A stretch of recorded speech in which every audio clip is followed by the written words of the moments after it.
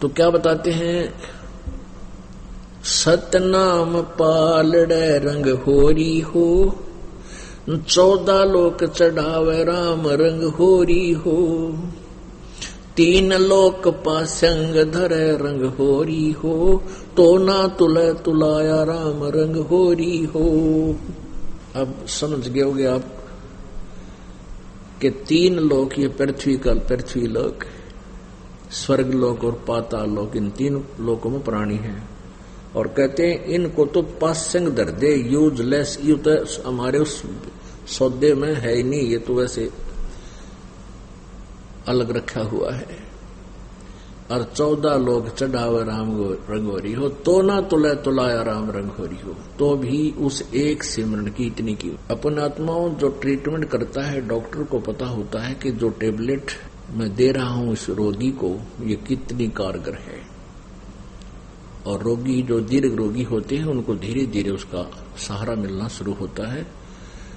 तो ऐसे ही आप ये मंत्र जाप करते हैं, आपको कितनी कीमत मिल रही है इसकी, आपको नहीं मालूम, इस दास को पता है। और फिर जब आप यहां से जाओगे, मान लीजिए आप कम से कम, जिसको भगवान चाहिए, परमात्मा का डर है, वो कम से कम 1 घंटा, 1.5 घंटा, 2 घंटा तो सिमरन सारे दिन में कर ही लेता है। 1 घंटे के अंदर 900 श्वास उश्वास आते जाते हैं। श्वास उश्वास ये एक होता है, ऐसे 900 1 घंटे में आते हैं। और 21,600 श्वास 24 घंटे में आते हैं। तो इसमें से आप 10% भी यदि भक्ति में लगाए रहोगे, 10%, यानी लगभग 2,000-2,100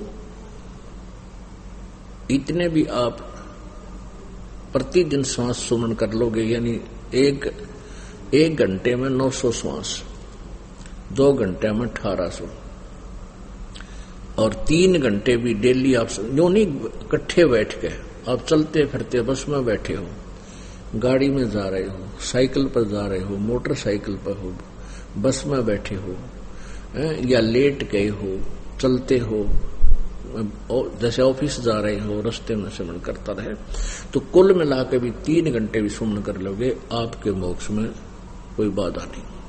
लेकिन मर्यादा में रहना पड़ेगा, और ज्यादा कर लोगे तो मेरिट पाओगे, बहुत ही ज्यादा अच्छी, उसमें कोई बात तो खत्म हो जाएगी।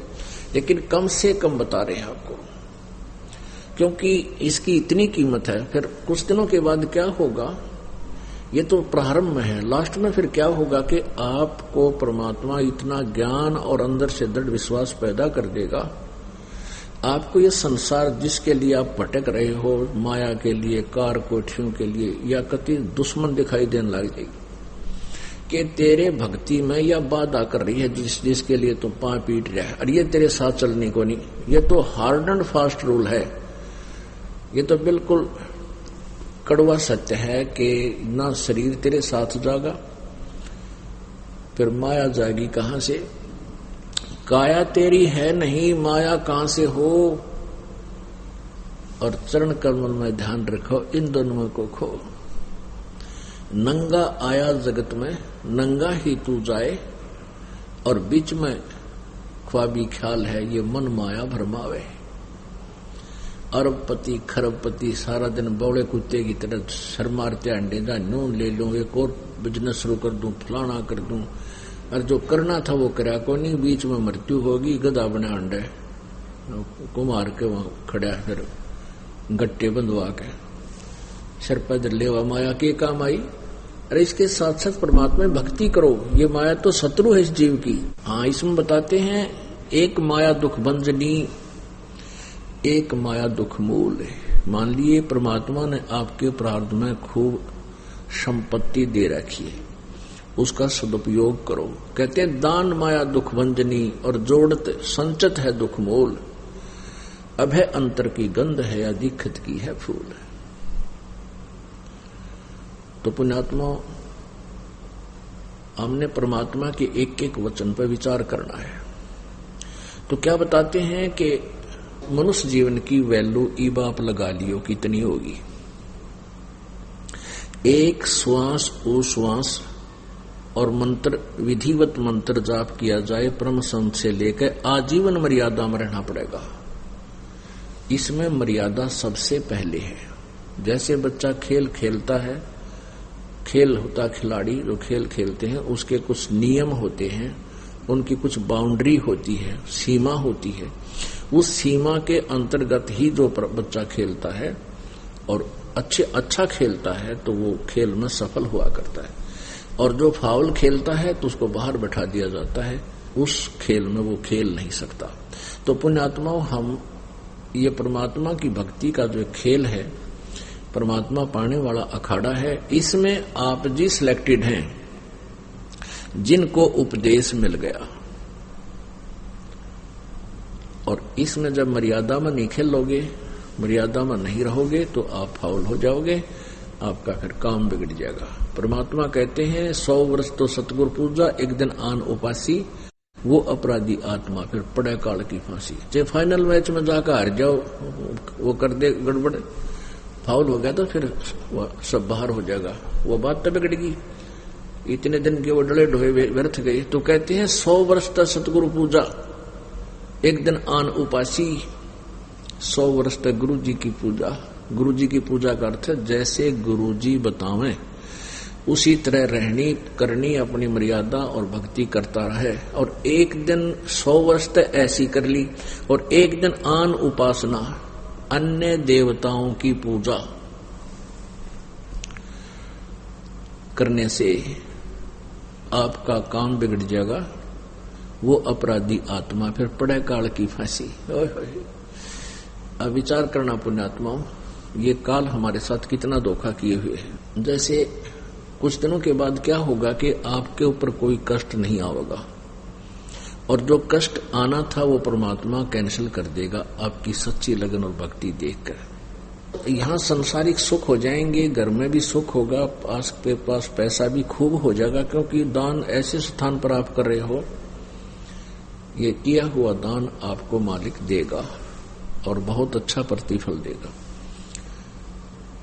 तो कुछ दिनों के बाद आप भूल जाओगे, सत्संग में आना भी कम कर दोगे, ये बट नेचुरल है। ये दास देख रहा है, आज से जो 15 साल पहले लगे थे 100-200 परिवार, अब उनमें से मेरे ख्याल में 10% उस लगन से 10% लगे हुए, बाकी ढीले पड़ गए, क्योंकि उनका सुख गणे हो गए।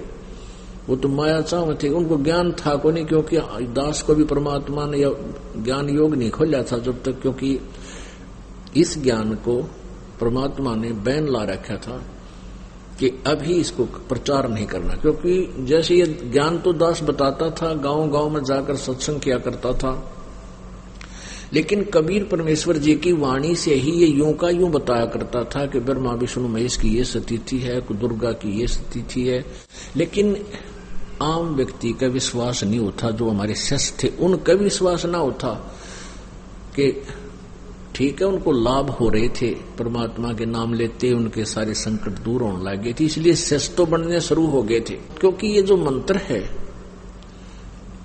इस मंत्र का जाप पूरे विश्वास सत्य लगन के साथ जो व्यक्ति करता है, उसको ज्ञान है या ना है। जैसे डॉक्टर कोई दवाई देता है, औषधि देता है, मरीज खा लेता है, तो उसको नहीं पता इसमें कौन सा केमिकल है, कौन सा साल्ट है, तो वह दवाई अंदर गई, लाभ तो करेगी।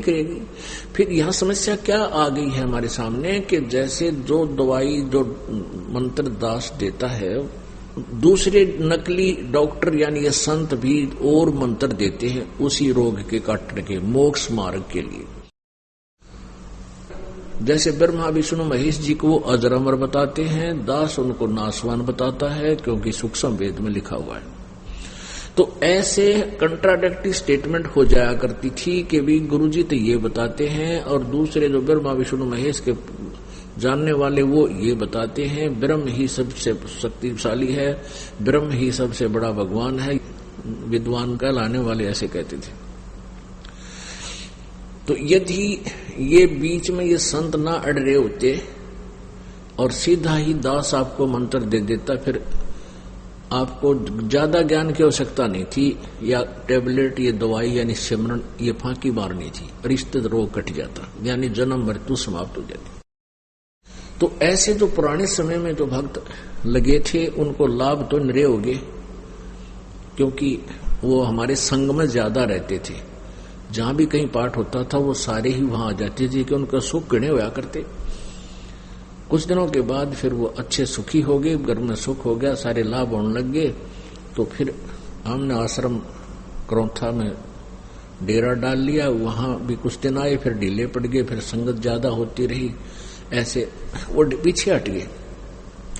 तो कहने का भाव ये है कि एक समय ऐसा होता, वो हमसे दूर नहीं है, वो हमारे को ये भी नहीं है कि हम गुरु जी से दूर हो गए, लेकिन वो कमजोर पड़ गए और एक दिन ऐसी स्थिति आ जाएगी वो भक्ति बंद कर जाएंगे, क्योंकि ज्ञान बिना बात बने को नहीं। अब ये ज्ञान इसलिए आपको देना पड़ता है कि कोई आपको भ्रमित ना कर दे कि ये टेबलेट ठीक होनी, इस रोग की कोना, अर्थात ये मंत्र सही नहीं है, ये ज्ञान सही नहीं है। तो इसलिए आपको यहां बुला करके इतना कुछ समझाया जाता है ताकि आप भ्रमित होकर के इस औषधि को, अर्थात इस ट्रीटमेंट को, जो मोक्ष मार्ग मंत्र है, इनको त्याग ना देना, क्योंकि भ्रमित करने वाले लाखों और करोड़ों व्यक्ति हैं, इसलिए ज्ञान की आवश्यकता। तो कहने का भाव यह है कि कबीर परमात्मा ये बताना चाहते हैं, 100 वर्ष सतगुरु की पूजा और एक दिन आन उपासी, वो अपराधी आत्मा फिर पड़े काल की फांसी। एक दिन कोई और पूजा कर लिया आपने, या छोड़ दी मालिक की, या इसके पैरेलल भी दूसरी कर दी, तो भी बात बिगड़ जाएगी, आपका नाम खंड हो जाएगा।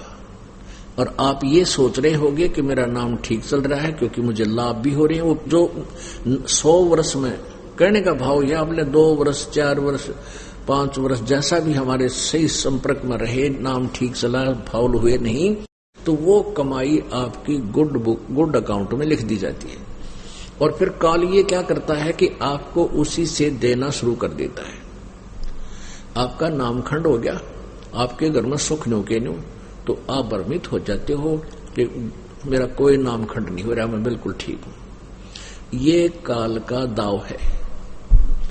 अब क्या होगा कि आप पार तो हो नहीं सकोगे, रह गई यहीं पर। फिर इस इतनी कमाई आपने कर ली सिमरन की और दान की, इसके आधार से आप प्रथम मंत्र की, तो प्रथम मंत्र के आधार से आप गणेश जी के लोक में जाओगे, जो उसका नाम की जाप की कमाई आपने की हुई है। जो मजदूरी आपने गणेश जी के मंत्र की हुई है, जो दास आपको प्रथम मंत्र में देता है, और उसमें 5 मंत्र हैं, गणेश जी का, सावित्री ब्रह्मा जी का, विष्णु लक्ष्मी जी का, और शिव पार्वती जी का, और दुर्गा जी का। ये 5 मंत्र बीच के, और प्रथम और लास्ट ये आपकी सतलोक की कमाई है। तो इसलिए ये बीच में दिया जाता है कि मान ले किसी ने उपदेश ले लिया प्रथम मंत्र का भी, और व्रत गणा हो रहा है, उसका शरीर छूट गया, तो उसको ये दोनों, क्योंकि ये 7 मंत्रों की जो जाप है, इसको पुनर्मनुष्य जन्म दिवाएगा तुरंत ही। और फिर इसलिए ये 2 प्रथम और लास्ट मंत्र जो है परमात्मा की भक्ति के हैं, परमेश्वर की साधना के हैं। तो कहने का भाव ये है, आपका नाम खंड हो गया, और क्योंकि आपने अन्य पूजा, किसी भी कारण से नाम आपका खंड हो जाता है, और आन उपासना करने वाला फिर भगवान से दूर हो जाता है। तो आप जी के पिछले जो किए हुए पिछली कमाई भक्ति है, उसके आधार से पहले मान ले आप गणेश जी के लोक में जाओगे, उसके बाद ये वहां आपकी पुण्य कमाई को समाप्त करके वहां कोई गण बन जाओगे, कोई देवता बन जाओगे, वहां नाचा कुद्दी सारी सिद्धि पिद्धि निराडंगा भरा है, तो वहां आपकी खूब ठाठ रहेंगे आपके। जब वहां की कमाई समाप्त हो जाएगी प्रथम मंत्र की, फिर ब्रह्मा जी के लोक में जाओगे, वहां पर देवता बन जाओगे, पता नहीं क्यों वहां ठाठ करोगे, आपकी ही पूंजी, आप ही का खर्च उस होटल में बर्बाद करते रहोगे। उसके बाद फिर आप विष्णु जी के लोक में जाओगे, वहां पर बहुत अच्छा, सबसे अच्छा रेस्टोरेंट है इन तीनों लोकों में, ब्रह्मा विष्णु महेश के तीनों लोकों की तुलना में विष्णु जी वाला स्वर्ग सबसे ज्यादा अच्छा है, वहां ज्यादा सुविधाएं हैं, होटल। तो वहां विष्णु जी की जो आपने साधना की है, वहां उस कमाई को वहां बर्बाद करोगे। जब वहां तो आपकी जेब कट लेगी, आपका पुण्य खत्म हो जाएगा, फिर शिव जी के लोक में जाओगे। शिव जी के लोक में आपके मंत्र की कमाई जब समाप्त हो जाएगी 1000 वर्ष में, 2000 वर्ष में, उसके बाद आप दुर्गा के लोक में जाओगे। दुर्गा के लोक की कमाई आपकी समाप्त हो जाएगी। उसके बाद फिर आपका नाम रहा होगा इस सतनाम के मंत्र की कमाई बर्बाद करवाने का। इसके आधार से आप ब्रह्मा की पदवी भी पा सकते हो, आप विष्णु की पदवी भी पा सकते हो, आप शिव की पद भी प्राप्त कर सकते हो। और फिर तो आपकी आंख फूल जाएंगी।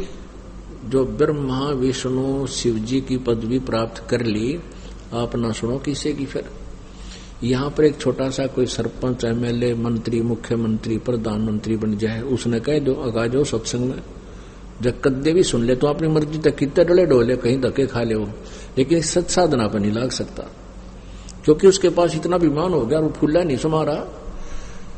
और ये काल का जाल है। पिछले पुण्य कर्मों को बर्बाद करवा कर उसने ऐसे जैसे आम चूस के और फेंक दिया करते हैं, ऐसे फेंक देगा इसको उठा के लास्ट में इस जीव को, फिर बन जा गधा, कुत्ता, सुअर। तो पुण्यात्मा परमात्मा जो कह रहे हैं कि 100 वर्ष तक सतगुरु पूजा, एक दिन आन उपासी, वो अपराधी आत्मा फिर पड़े काल की फांसी। हम ऐसे बर्बाद हो जाएंगे। तो इसलिए अंतिम श्वास तक आप जी ने सिमरण करना है, अंतिम श्वास तक मर्यादा में रहना होगा। कहते हैं परमात्मा कहते हैं पाकी खेती देख कर गर्भियो मत किसान। मान लीजिए जिसने तीनों मंत्र प्राप्त हो गए, ओम तत्सत,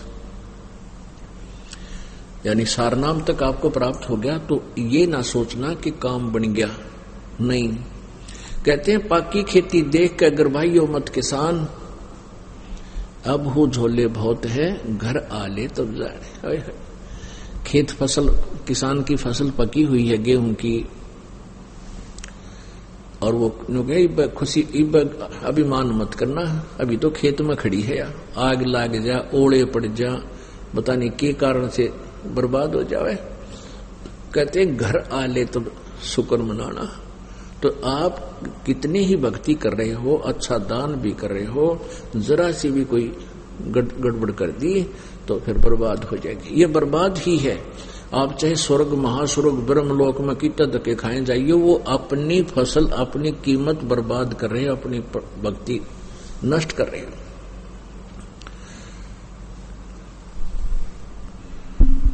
तो इस प्रकार हमने परमात्मा की वाणी को समझना है कि मानुष जन्म दुर्लभ है, ये मिला न बारंबार। और जैसे तरवर से पत्ता टूट जा, वो फिर नहीं लगता डर। अपने आत्माओं, आप जितने भी यहां देख रहे हो, कोई मंत्री बना है, कोई मुख्यमंत्री बना है, कोई प्रधानमंत्री बना है, कोई बहुत बड़ा इंडस्ट्रियल है, बहुत बड़ा उद्योगपति है, ये पिछले जन्म के पुण्यकर्मी प्राणी है। और इनके पुण्य इनको काल पूरे देगा। जितने इनके किस्मत में है पूर्व जन्म के संचित जो शुभ कर्म है, इनको पूरे उलेट देगा। और जब तक इनको सत मार्ग नहीं मिलता, ये केवल अपनी कमाई को नष्ट कर रहे हैं, बर्बाद कर रहे हैं। और अपने खजाने में तो कोई किसी प्रकार खर्चो, अपनी तिजोरी में तो निकालो, शराब पियो कि तो बकवास करो कि तो किसी तरह खो खर्चो, नो ऑब्जेक्शन। ये जीव आगे की कमाई ठीक बनी नहीं, एक दिन कंगाल बन जाओगे। तो ऐसे ही परमात्मा कहते हैं कबीर हरि के नाम बिना ये राजा रसब हो, और मिट्टी लदे कुमार के और घास न डाले कोई। हम एक ही एग्जाम्पल से हमने सारा समझ में आ जानी चाहिए बुद्धिमान व्यक्ति के कि हम राजा को बहुत ही सुप्रीम पावर मानते हैं, और हमारे से वो सुप्रीम भी है क्योंकि उसके पास बाहुबल है, सेना का बल है। तो जब राजा को हम इतना महान मानते हैं, बलशाली मानते हैं, और वो भी गधा बनता है कौन जो भक्ति नहीं करता। सत साधना ही भक्ति का उद्देश्य है, सत साधना नहीं करता। बाकी तो सर ये राजा लोग सारे ही धार्मिक हैं, पिछले जन्म के पुण्यकर्मी प्राणी हैं, आज भी इनके अंदर परमात्मा की प्रेरणा है। कोई की तो मंदिर में माथा टेक है, कोई की तो और नकली संतान हो जाता है, लेकिन वो साधना ठीक नहीं, वो शास्त्र विधि को त्याग का मनमाना आचरण है। गीता जी अध्याय नंबर 16 के श्लोक 23 में कहा है कि शास्त्र विधि को त्याग कर जो मनमाना आचरण करते हैं, अर्थात मनमानी पूजा करते हैं, जो शास्त्रों में लिखी है, शास्त्र अनुसार जो मंत्र है वो जाप नहीं करते हैं, तो उनको न तो कोई सिद्धि प्राप्त होती है, न उनकी कोई गति होती है, न उनको कोई सुख होता है, अर्थात यूजलेस। अध्याय नंबर 16 के श्लोक 24 में कहा है गीता जी में कि इससे तेरे लिए अर्जुन कर्तव्य और अकर्तव्य की व्यवस्था में, या कौन से शुभ कर्म करने चाहिए, भक्ति कर्म करने चाहिए, कौन से ना करने चाहिए, कौन सी साधना करनी चाहिए, कौन सी ना करनी चाहिए, उसके लिए शास्त्र ही प्रमाण है। यानी सदग्रंथों में, शास्त्रों में जो लिखा है वही प्रमाण होना चाहिए, किसी और साधना से आपको कोई लाभ नहीं होगा। अब परमात्मा हमें ये याद दिलाना चाहते हैं कि साधना ठीक ना, भक्ति ना करने से जब राजा भी गधे की योनि में जाएगा तो आप जी की औकात। अब क्या बताते हैं, सुखदेव ने 84 भुगती बना पजावे खरवो, तेरी क्या बुनियाद पराणी तू पेंडा पंथ पकड़वो। सुखदेव जैसे ऋषि ने भी 84 लाख योनियां गधे कुत्ते सुअर की शरीर में कष्ट पाना पड़ा। जो साधना आप कर रहे हो, कौन सी, वेदों तक है, वेदों तक का ज्ञान था, ओम नाम का जाप और यज्ञ आदि हवन आदि करने से 84 लाख योनियों का कष्ट नहीं मिटता। जब तक हम पूर्ण परमात्मा परम अक्षर ब्रह्म की पूजा नहीं करेंगे, सत्पुरुष की साधना, सत्य साधना नहीं करेंगे, तब तक हमारे दोनों ही कर्म, पुण्य और पाप दोनों ही संचित होते हैं, वो जोड़े जाते हैं। पृथ्वी ऊपर पग जो धारे, करोड़ जीव एक दिन में मारे। ओहो, एक दिन में आप अपने पेट के लिए सारा दिन पृथ्वी पर चक्कर लगाते हो, घूमते हो, करोड़ों जीवों को मारकर विश्राम पाते हो, और वो पाप आपके बैड अकाउंट में लिख दिए जाते हैं, बैड अकाउंट में। और फिर आपने कितने चींटियों को दाने डाल दिए, आपने कितने छत पर पक्षियों को दाने डाल दिए, कोई कितना और प्याऊ खुलवा दी, कोई भंडारा कर दिया, वो आपके गुड अकाउंट में लिख दिए जाते हैं।